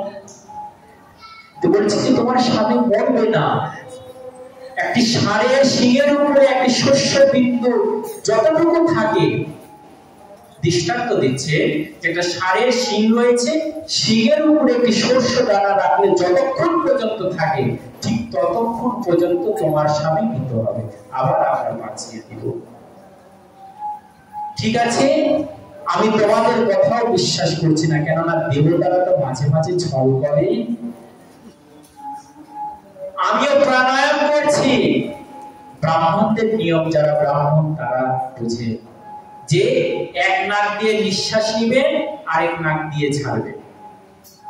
ওম ব্রহ্মী নমঃ, দম বন্ধ করে ওম ভূর্ভুবস্য তৎসবিতুর্বরেণ্যং ভর্গো দেবস্য ধীমহি ধিয়া প্রচোদয়াৎ, এই শব্দটা, এই মন্ত্রটা 3 বার উচ্চারণ করবেন। আবার যে নাক দ্বারা নিঃশ্বাস ত্যাগ করবেন, ওম নমঃ শিবায়, ওম নমঃ শিবায়, ওম নমঃ শিবায় 3 বার জপ করবেন। একে বলে প্রাণায়াম। প্রতিটা ব্রাহ্মণের সকালবেলা এটি করতে হবে, তবে তাদের দেহটা শুদ্ধ হয়। বলছে যে আমি প্রাণায়াম করবো, এই নিঃশ্বাসটা ধরে রাখবো, যদি আমার স্বামী বাঁচে তাহলে নিঃশ্বাস আবার ছাড়বো, না হলে আমি নিঃশ্বাসই রাখবো না। ঠিক আছে, সূর্য উদয় হলো, স্বামী মারা গেল, আবার দেবতারা তাদের স্বামীকে বাঁচিয়ে দিলেন। প্রতিলাভী করিল বেশ্বরের স্তম্ভিল সূর্যের গতি, তুষ্ট করিল তিন দেবা, 3 দেবতাকে তুষ্ট করে নিজের স্বামীকে বাঁচিয়ে দিলেন। শুধু কি স্বামী বাঁচালেন তা নয়, তার দেহের পুষ্ট গেল, মনের পুষ্ট গেল। জয় জয় নিতাই সীতারাম।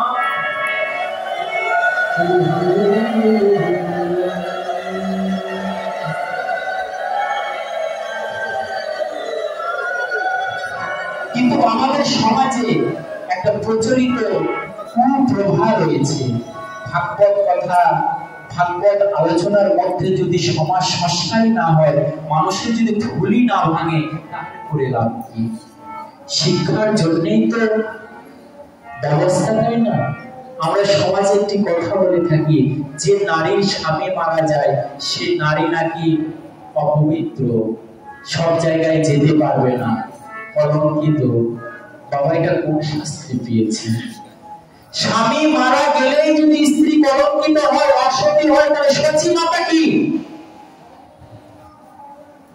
যিনি গৌরাঙ্গ মহাপ্রভুর মা, তিনি কি? তিনিও তো বিধবা ছিলেন, তিনি কি অসতী? দশরথের 3 স্ত্রী, কইকি, কৌশল্যা, সুমিত্রা নাকি, তিনটাই তো ছিলেন বিধবা হয়ে, তারা কি অসতী ছিলেন? তারা অসতী ছিলেন। অসতী কাকে বলা হয় জানেন? নিজের স্বামীকে ব্যতীত অন্য পুরুষকে যদি হৃদয়ে চিন্তা করা হয়, সেটা হচ্ছে অসতী। মহাপ্রভু বলেছে যে আমার যারা ভক্ত তারা আমার ব্যতীত অন্য কারো চিন্তা করবে না। এই জন্য আমার ভক্তকে বলা হয় পতিব্রতা শিরোমণি। দেখুন ছোট্ট একটি দৃষ্টান্ত মহাপ্রভু গম্ভীরায় বিরাট করে তুলেছেন। পতি লাগি করল ঈশ্বর সেবা।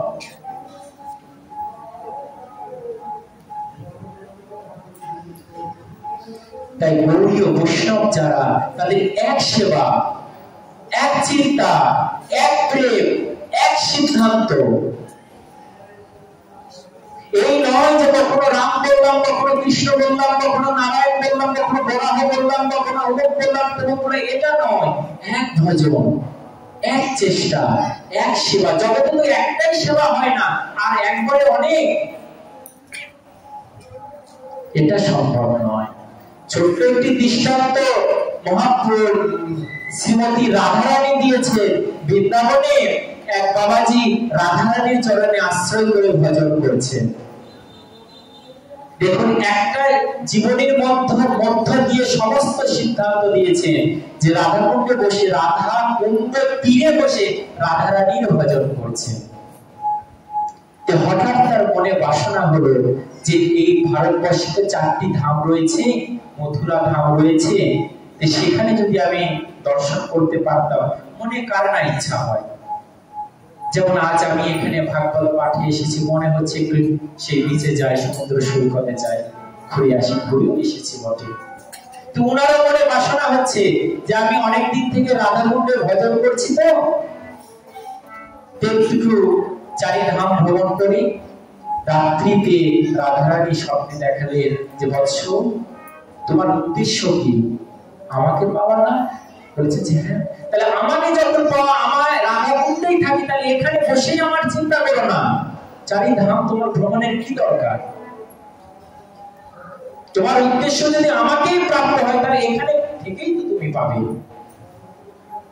ভ্রমণ করবে কেন? হঠাৎ ঘুম ভেঙে গেল। উনি মনে করলেন যেটি স্বপ্ন। স্বপ্নকে স্বপ্ন জ্ঞান করে উনি বৃন্দাবনে প্রণাম করে উনি ছুটলেন 4 ধাম। 4 ধামে ঘুরে ঘুরে মথুরায় আসলেন। এসে তপ্ত মুদ্রা ধারণ করলেন। মথুরায় একটা চিহ্ন রয়েছে। ভগবান শ্রীকৃষ্ণ মথুরাবাসী যারা ছিল, দ্বারকাবাসী, তাদের একটা চিহ্ন দিয়ে দিত, তপ্ত মুদ্রা। মানে বারবার মথুরা দ্বারকাতে অসুরদের আক্রমণ হতো, তো ভগবান বললেন কি, সমুদ্রের ভিতরে একটা রাজ্য করেছিলেন দ্বারকা, আর রাজ্যে সকল প্রজাদের একটা চিহ্ন রাখলেন যে এই চিহ্ন থাকবে আমার প্রজাদের ভিতরে। তো ওই বাবাজি গিয়ে সেই দ্বারকাকে একটা তপ্ত মুদ্রা ধারণ করলেন। রাধাকুণ্ডে আসছেন বাবাজি, সমস্ত ভ্রমণ করে রাধাকুণ্ডে আসলেন, কিন্তু তৎক্ষণাৎ রাধারানী তাকে নিষেধ করছেন যে তুমি রাধাকুণ্ডে থাকতে পারবে না। কেন? তুমি আমার চরণ থেকে বিচ্ছিন্ন হয়ে দ্বারকায় গিয়ে তপ্ত মুদ্রা ধারণ করেছো। তুমি সত্য আমার গণ হয়ে গিয়েছো, আর সত্য আমার গণ হয়ে থাকলে রাধারানীর কোনোদিনও সে প্রাপ্ত হতে পারে না। যাও, তুমি চলে যাও, রাধাকুণ্ডে তোমার আর কোনো অধিকার নাই। দেখুন কেমন সিদ্ধান্ত। রাধাকুণ্ডে তোমার আর কোনো অধিকার নাই। উনি সমস্ত ব্রজবাসীগণকে এই কথা বললেন, মহাত্মাগণকে এই কথা বললেন। তো কে দৃষ্টান্ত দিবে? রাধা রানীর উপরে দিয়ে কথা বলবে? কেউ কথা বলতে পারলেন না। উনি করলেন কি, যে যখন এই দেহে রাধা রানী আর ভজনে নেবেন না, তখন এই দেহ রেখে কি লাভ?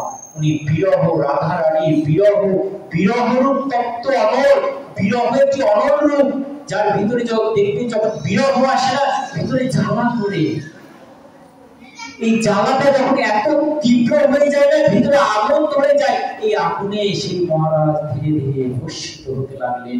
যাদের ভজন নৃত্য রয়েছিল তারা দেখছেন যাহা মহাপ্রভু রাধারানী বিরহ জ্বালায় তপ্ত হচ্ছে, জগতের কেউ দেখছেন না। যারা ভজনশীল তারাই দেখছেন যে সেই রাধারানীর তপ্ত বিরহ জ্বালায় উনি ভস্য হচ্ছে, নিজের দেহ ত্যাগ করে দিলেন। যেখানে দৃষ্টান্ত দিলেন যে এক ভজন এক দৃষ্টান্ত, আমাদের কি যুগল ভজই যারা প্রেমানন্দে ভাসে তারা, আমাদের ভজনটা হচ্ছে যুগলের ভজন, রাধা কৃষ্ণের ভজন।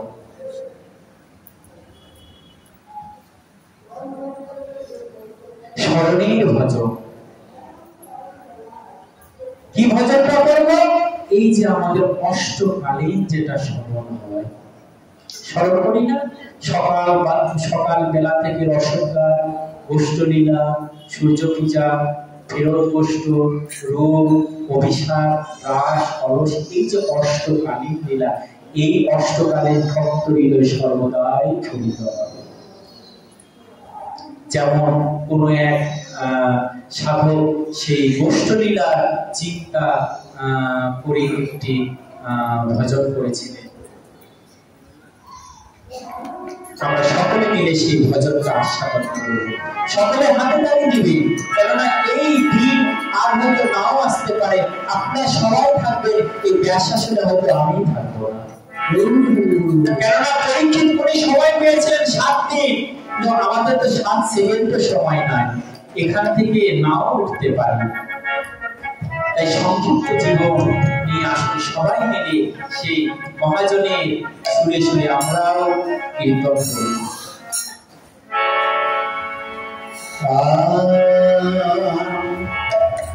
ছোটি ছোটি গাইয়া ছোটে ছোটে মা, ছোট সনের মদন গোপা, ছোটি ছোটি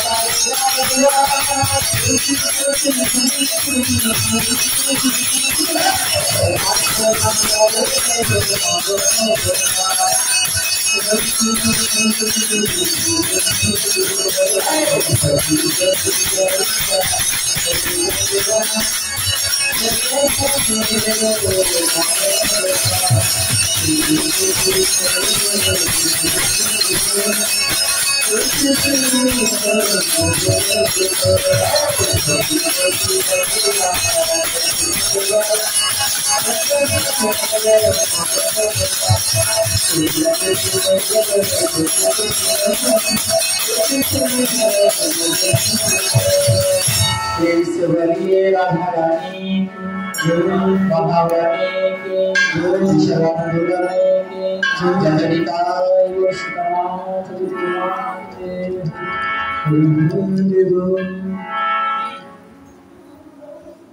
যুগল ভজই যারা প্রেমানন্দে ভাসি তারা তাদের পিছনে ত্রিভুবন। যুগল ভজন। এখন যদি কেউ প্রশ্ন করে যে বাবা আপনি তো বলছেন যুগল ভজন, যুগল বলতে কি? রাধা কৃষ্ণ, তাই না? আমরা কিন্তু বলে থাকি হস্ত যুগল পদ যুগল, কিন্তু হস্ত যুগল পদ যুগল এটি শাব্দিক ভুল। কেননা দেখুন চলতে পথে অ্যাক্সিডেন্টে একটা হাত চলে গেল, একটা হাত আছে, সেটি কি যুগল হলো? যুগল মানে কি? যেটা একসঙ্গে আসে একসঙ্গে যায় সেটি যুগল। এই দুটি নয়ন যুগল নয়, দুটি হস্ত যুগল নয়, দুটি চরণ যুগল নয়। যুগল কি আমার রাধা গোবিন্দ একসঙ্গে আসেন, একসঙ্গে যান। বলি যে এই রাধা গোবিন্দের চরণে যিনি ভক্তি করেন তাদের পিছনে ত্রিভুবন, তাদের মনে আনন্দ সবসময় লেগে থাকে। এখন যদি কেউ প্রশ্ন করেন যে বাবা আপনি যুগল ভজনের কথা বলছেন, কিন্তু আমাদের পঞ্চতত্ত্ব নিতাই গৌর, নিতাই গৌরের কি হবে? প্রেম ভক্তি চন্দ্রিকায় নরোত্তম দাস ঠাকুর মহাশয় বলছে যে ধীর নিতাই বিনে ভাই রাধা কৃষ্ণ পাইতে নাই, ধীর করি ধর নিতাই নিতাই কৃপা হবে বোঝে রাধা কৃষ্ণ পাবে।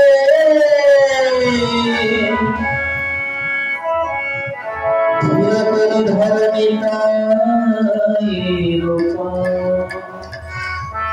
নিতাই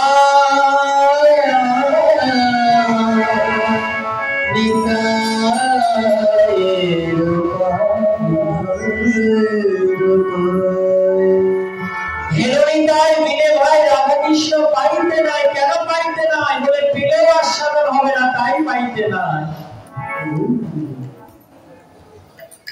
বলে কেউ যদি যুগল পেয়ে যান আর যদি নিতাই কৃপা না পান তাহলে কি আস্বাদন করা যাবে না। নিতাইয়ের কৃপা হবে বলে রাধা কৃষ্ণ পাবে। যুগল ভজন করতেও শাস্ত্র নির্দেশ দিয়েছে, কিন্তু যুগল পাবেন কেমন করে? গৌর হরি দেখিয়ে দিয়েছে যে হেন নিতাই বিনে ভাই রাধা কৃষ্ণ পাইতে না। আমরা যখন জয়ধ্বনি দিই তখন কি বলে দিই? জয় জয় নিতাই সীতানাথ প্রেমানন্দ হরি হরি বল। কোন জয়ধ্বনি কি শুনেছেন? জয় জয় রাধা কৃষ্ণ প্রীতি প্রেমানন্দ হরি বল, জয় জয় লক্ষ্মী নারায়ণ প্রীতি প্রেমানন্দ হরি বল। কথার ভিতরে ধ্যান দিবেন জয় জয় নিতাই সীতানাথ প্রীতি প্রেমানন্দ হরি। নিতাইয়ের ভজনটা আগে, নিতাইয়ের নামটা আগে। আজও বৈষ্ণবের আগে কি অন্যকে দেখে জয় নিতাই জয় গৌর বলে? জয় গৌর জয় নিতাই নয়, জয় নিতাই জয় গৌর। আগে গৌর নয়, আগে নিতাই। কেননা মহাপ্রভু যখন সন্ন্যাসী নিয়ে চলে গেলেন তখন সমস্ত স্থানের ভার নিজের ভক্তগণের উপরে দিয়ে রেখেছিলেন। নিতাই চাঁদকে বলছেন যে নিতাই আজ থেকে বঙ্গদেশে বাংলাদেশ উদ্ধারের ভার তোমার উপরে। তাই বঙ্গদেশ বঙ্গবাসী যারা বাঙালি যারা তাদের ভগবান হচ্ছেন নিতাই চাঁদ।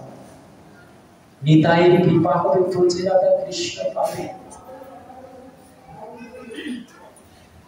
ধীরে করি ধর নিতাই পায়। তাই তো মহাজন বলছেন ওগো যদি ভজন করারই ইচ্ছা থাকে, যদি সাধন করার ইচ্ছা থাকে তাহলে তোমরা কি করবে জানো? তোমরা ভজনিতা ভজ ভজনিতা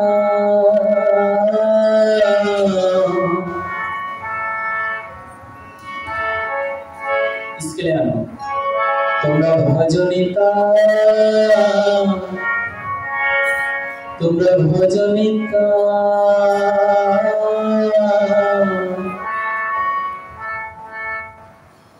তোমরা ভজনিতায় ভজনিতায় হচ্ছে না ভাই তোমরা ভজনিতায় ভজনিতায় ভজনা করণিতায় ভজনা করণিতায় দেখুন একই শব্দ অনেক রূপ প্রকাশ করছে এই ধরনের শব্দকে বলা হয় যারা ব্যাকরণ নিয়ে পড়াশোনা করেছেন তারা জানেন এই ধরনের শব্দকে বলা হয় শ্লেষ বা যমস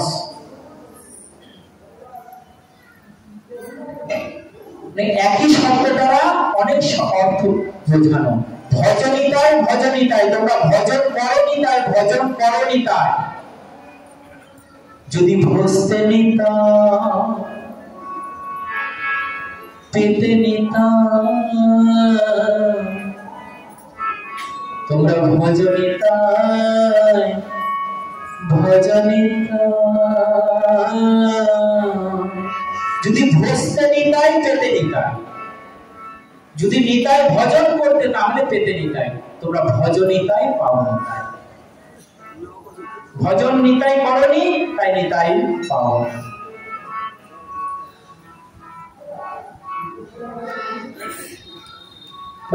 মহাপ্রভু বলছেন যে ভুলেও কেউ যদি বলে ওই নিতাইয়ের দাস তথাপি দেখিবে আমার স্বরূপ প্রকাশ আমার কৃপা পেতে হবে না কেউ যদি নিতাইয়ের কৃপা পায় নিতাইয়ের করুণা হয় তৎক্ষণাৎ সে আমার স্বরূপ প্রকাশ পাবে জগাই মাথায় উদ্ধারের বেলা জগাইকে বলছেন জগাই রে তুই তো কলসির কানা মেরেছিস তোর জন্য আমি সুদর্শন চক্র ডাকবো কিন্তু মাথায় জন্য আমি ডাকবো না কেন তুই যখন মারতে গিয়েছিস মাথায় একবার তোকে মানা করেছিল মাথায় সন্ন্যাসী মানুষ মারিস না নিতাই চাঁদকে যখন মারতে গিয়েছিলিস কলসির কানা তখন মাথায় নিষেধ করেছিল যে জগাই তুই মারিস না তাই গৌর হরি বলেছে যে জগাই আমি তোকে সুদর্শন চক্র দ্বারা হত্যা করে দিল মাথায় কেননা সে নিত্যানন্দের উপর করুণা হয়েছিল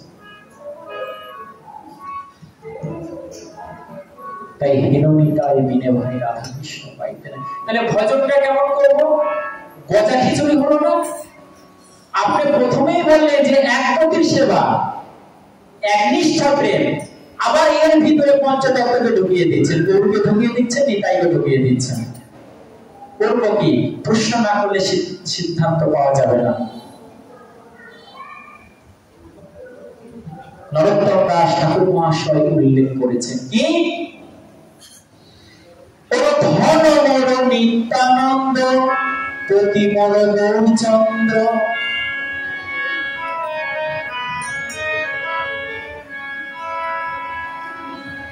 ধন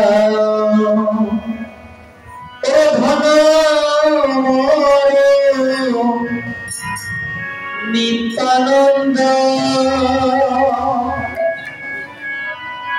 প্রতি মোর গৌরচন্দ্র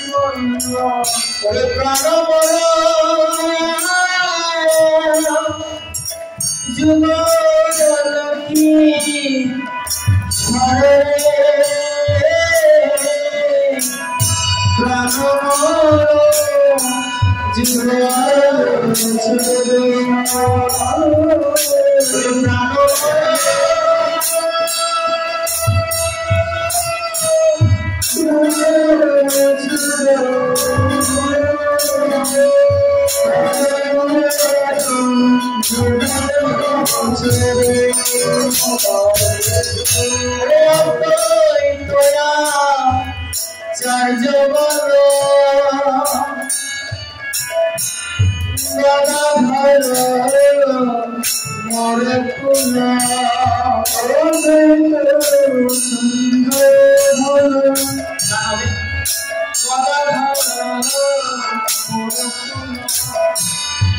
নরহরি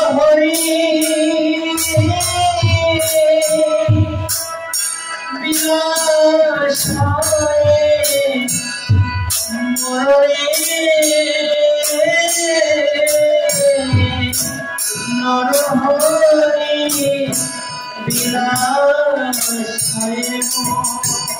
নরহরি বিলাসায়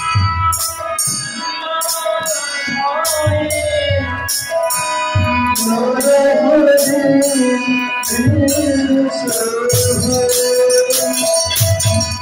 তোমরা ভজ ভজ আমার তোমরা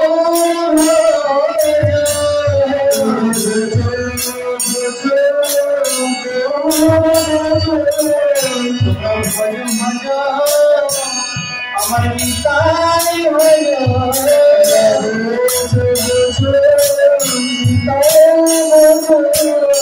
নিতাই হইলে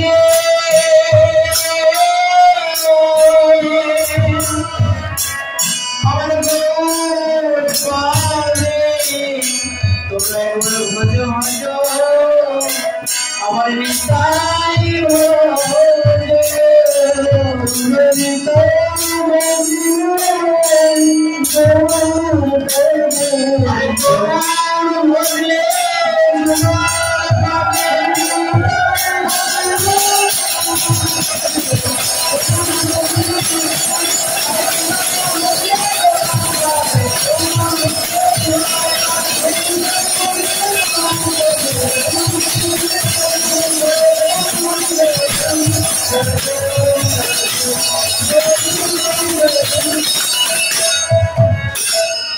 বলছে যে ধনমোর নিত্যানন্দ প্রতিমোর গৌরচন্দ্র।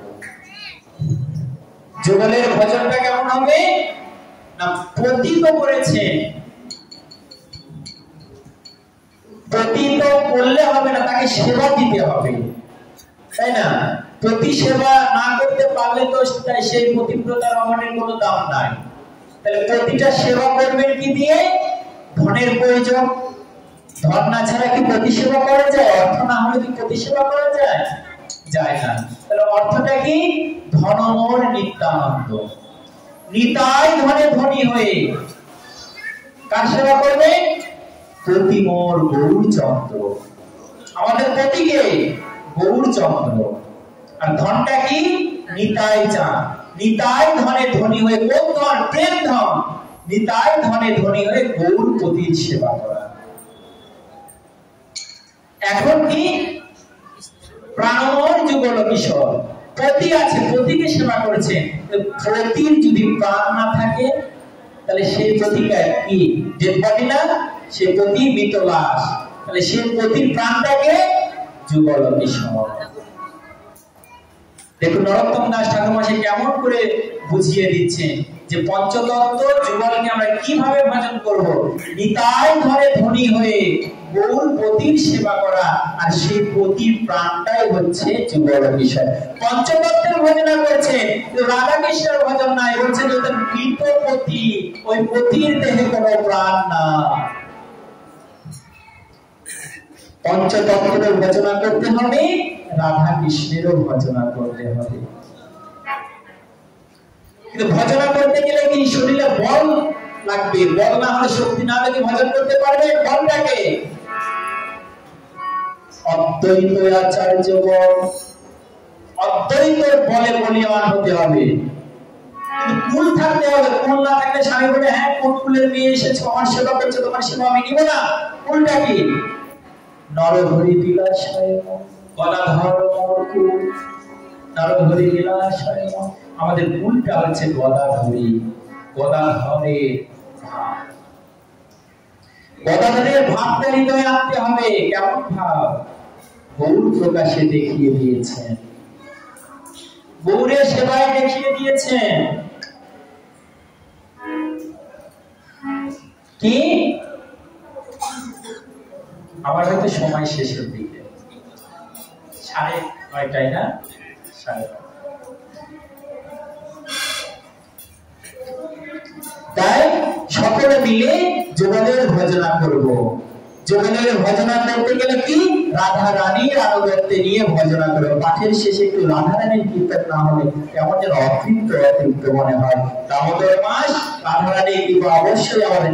সকলে মিলে হাতে তালি দিবেন, উলুধ্বনি জয়ধ্বনি দিবেন।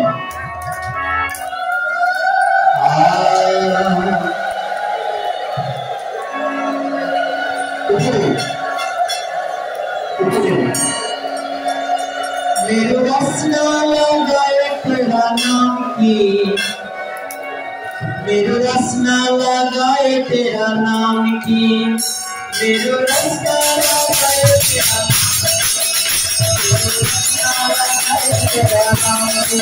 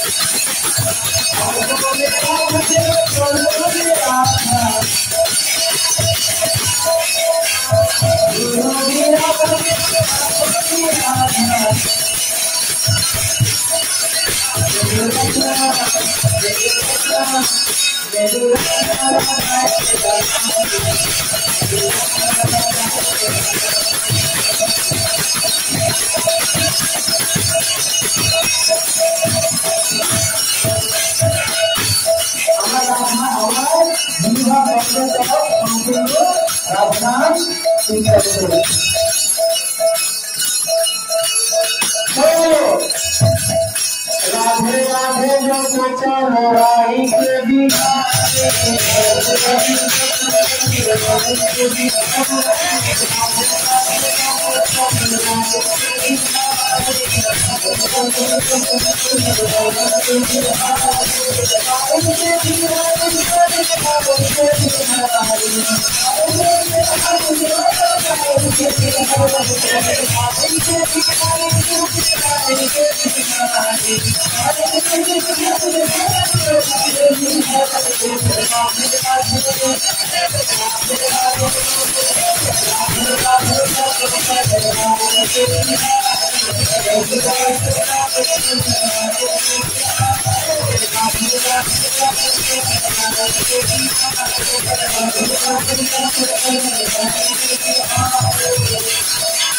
রাধে যখন চলো রাইকে বিহারে কেমন করে জপ করছেন বলে রাধা রানী চাঁদা চলে